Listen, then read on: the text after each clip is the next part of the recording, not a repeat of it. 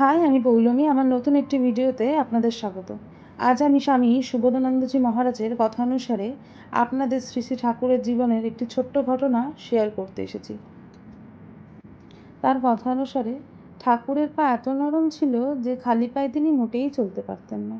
তিনি এমনি জুতোও পায়ে দিতে পারতেন না। আমরা অর্থাৎ স্বামীজিরা সেগুলোর প্যাডে করে তার জুতোর মধ্যে দিয়ে দিতাম, তার উপর তিনি পা দিতেন।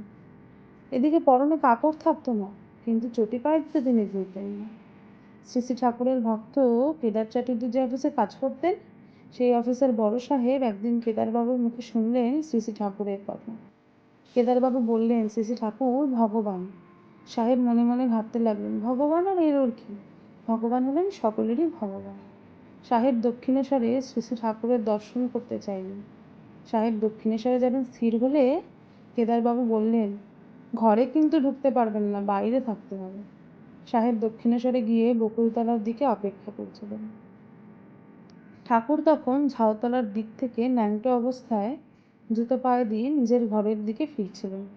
সাহেব ঠাকুরকে দেখেই দৌড়ে গিয়ে তার পায়ে ধরে বলতে লাগলেন, here is my Jesus, here is my Jesus. Thakur তার মাথায় হাত দিয়ে খুব আশীর্বাদ করলেন। সাহেবও সব বুঝে নিলেন। সাহেবের বৈরাগ্যের উদয় হল। কাজ ছেড়ে দিয়ে মথুরার কাছে এক জায়গায় সাধুভাবে ভিক্ষান্নে দিনপাত করে দেখে কাটলেন। যারা এই মহামানবের সংস্পর্শ লাভ করেছেন, তাদের সকলেরই জীবনের আসল মানে খুঁজে পেয়েছেন। আজকের ভিডিও এই পর্যন্তই। গল্পটি কেমন লাগলো তা কমেন্টের মাধ্যমে জানাবেন।